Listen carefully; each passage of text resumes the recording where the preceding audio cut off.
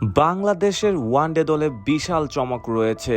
আফগানিস্তানের বিপক্ষে ৩টি ওয়ানডে ম্যাচের জন্য দল ঘোষণা করেছে বাংলাদেশ ক্রিকেট দল, যেখানে রয়েছে বিশাল চমক। কে কে জায়গা পেয়েছে, কে কে জায়গা হারিয়েছে, চলুন জেনে নেওয়া যাক। প্রথমেই রয়েছেন তানজিদ হাসান তামিম, যিনি দুর্দান্ত ফর্মে আছেন। এছাড়াও আছেন ওপেনার মোহাম্মদ নাইম শেখ, তিনিও জায়গা পেয়েছেন।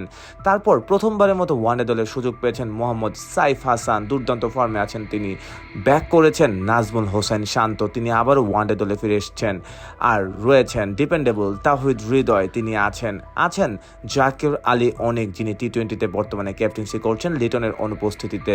রয়েছেন হার্ড হিটার শামীম হোসেন পাটোয়ারি। এছাড়াও দলে জায়গা পেয়েছেন Nurul Hasan Sohan, wicket keeper batsman. Liton Kumar Das নেই, তিনি কিন্তু উইকেট কিপার হিসেবে জায়গা পেতে পারেন। রয়েছেন মেহেদী হাসান মিরাজ, যিনি ওয়ানডে দলের ক্যাপ্টেন হিসেবে জায়গা পেয়েছেন। আছেন allrounder Rishad Hossain, leg spinner. আছেন Tanvir Islam, left hand spinner. এছাড়াও রয়েছেন পেসারদের মধ্যে তাসকিন আহমেদ, রয়েছেন মুস্তাফিজুর রহমান, রয়েছেন তানজিম হাসান সাকিব। এছাড়াও দলে জায়গা পেয়েছেন হাসান মাহমুদ এবং নাহিদ রানা। দলে ইনজুরির কারণে নেই লিটন কুমার দাস।